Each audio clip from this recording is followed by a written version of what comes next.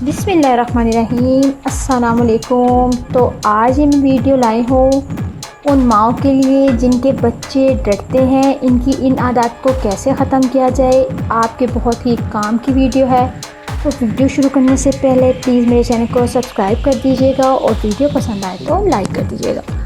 اکثر بچے کسی نہ کسی چیز سے خوف زدہ ہو جاتے ہیں۔ بارش، تیز ہوا، بجلی کی گرج، مختلف جانوروں سے انہیں خوف آتا ہے، اور رات کو سوتے میں بھی اگر اسے کسی قسم کا کوئی خواب دیکھ لے تو ڈرنے لگتے ہیں۔ بچوں میں یہ ڈر ماحول میں موجود اشیاء سے متعلق ہوتا ہے۔ بچوں میں اس خوف کی شدت کو کم کرنے یا ختم کرنے کے لیے ضروری ہے کہ انہیں اعتماد ملے۔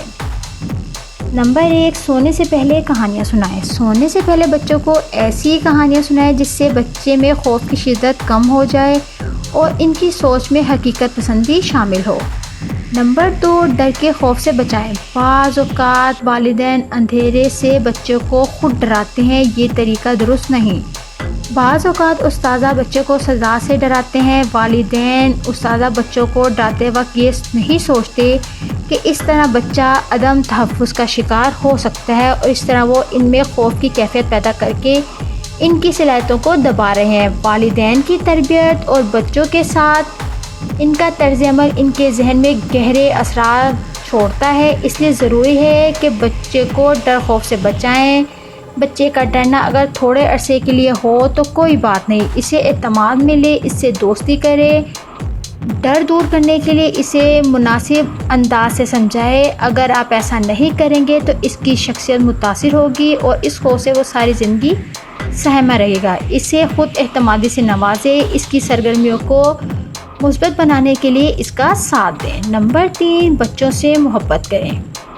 بچے کو کسی حرکت سے منع کرنے کے لیے ڈرانا نہایت ہی غلط بات ہے۔ اس کے لیے ضروری ہے اسے مناسب الفاظ میں سمجھائیں، اس سے محبت کریں، اس سے اعتماد میں لیں۔ آپ دیکھیں گے کہ وہ بھی آپ سے محبت کرے گا، آپ کی کہی ہوئی بات اس پر اثر کرے گی۔ ایک چھوٹے بچے کو دیکھیں کہ وہ اپنی انگلیوں کی مدد سے کیسے چیزوں کو پکڑنے کی کوشش کرتا ہے، وہ ہر چیز کی طرف لپکتا ہے۔ دراصل وہ اپنی مختلف حرکات میں ہم آہنگی اور باقاعدگی پیدا کرنا سیکھ رہا ہوتا ہے۔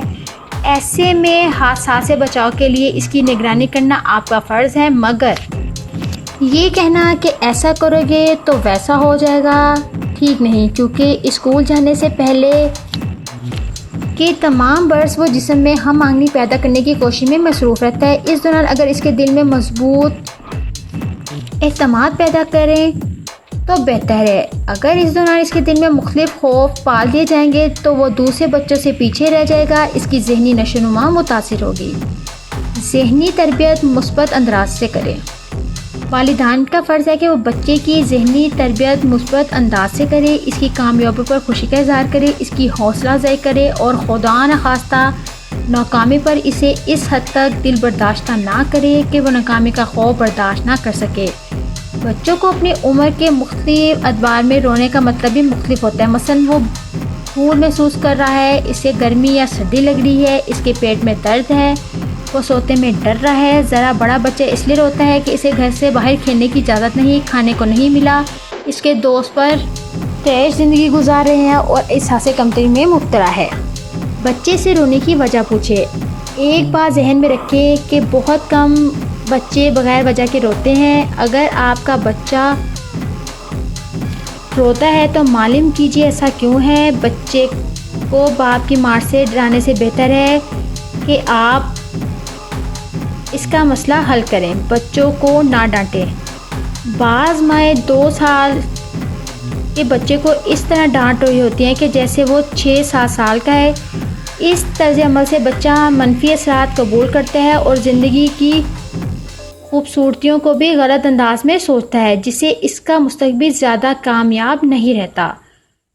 تو آپ کو میری انفارمیٹیو ویڈیو پسند آئی ہے تو پلیز لائک کر دیجیے گا اور میرے چینل کو سبسکرائب کر دیجیے گا۔ اللہ حافظ، بائے بائے۔